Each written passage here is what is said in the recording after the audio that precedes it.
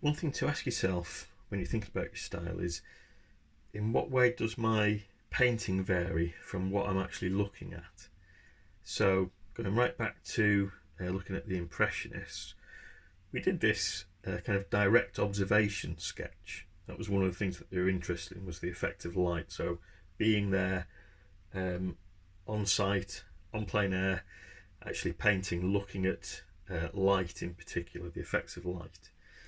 Um, but that's not to say that we're directly copying here, because I haven't got every blade of grass and every twig on the tree.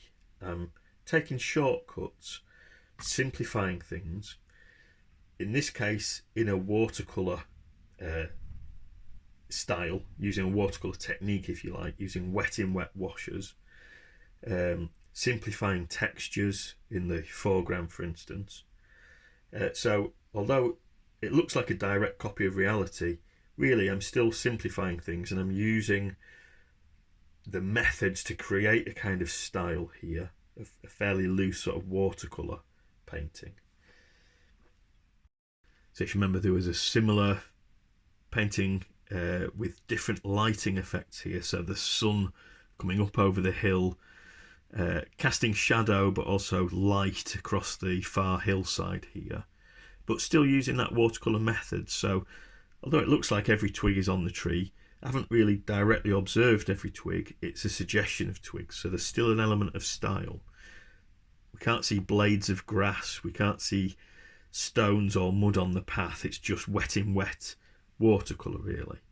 So in what way does this differ from reality? There's an element of style, although it's quite a realistic painting. There's still an element of style kind of creeping into it.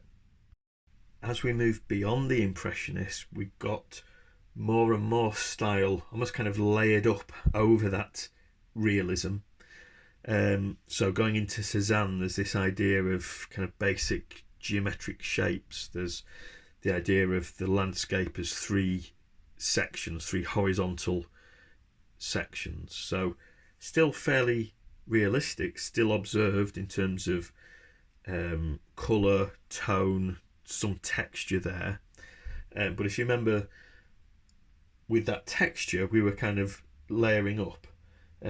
Just going back to what we were doing with the Impressionists, we looked at their brush marks, which, although it appears real, really what we've got is lots of little dabs of green. We haven't actually got grass there.